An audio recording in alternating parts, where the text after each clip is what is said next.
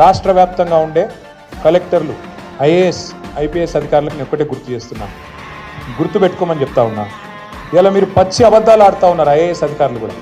మొన్న ఇక్కడ చూసిన నేను ఖైరతాబాద్లో ఒక ఐఏఎస్ అధికారి, ఒక ఐపీఎస్ అధికారి ఇద్దరు చిలక పలుకులు వలుపుతున్నారు.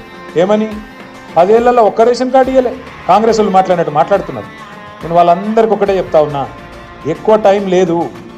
2-2.5 ఏళ్లలో మళ్ళీ మేమే వస్తున్నాం. ఎవరైతే ఎగిరెగిరి పడుతుండ్రో, ఎవరైతే అతి చేస్తుండ్రో, ఎవరైతే రేవంత్ రెడ్డి కంటే ఎక్స్ట్రాలు చేస్తున్నారో వాళ్ళందరికీ నేను ఒకటే మాట చెప్తున్నా, బరాబర్ ప్రతి పేరు రాసి పెట్టుకుంటాం, ప్రతి ఒక్కరి మాటలు యాది పెట్టుకుంటాం. ఇదివరకు లెక్క మాత్రం ఈసారి ఉండదు. అన్ని లెక్కలు హిసాబ్ కితాబ్ సెటిల్ చేసే బాధ్యత నాది.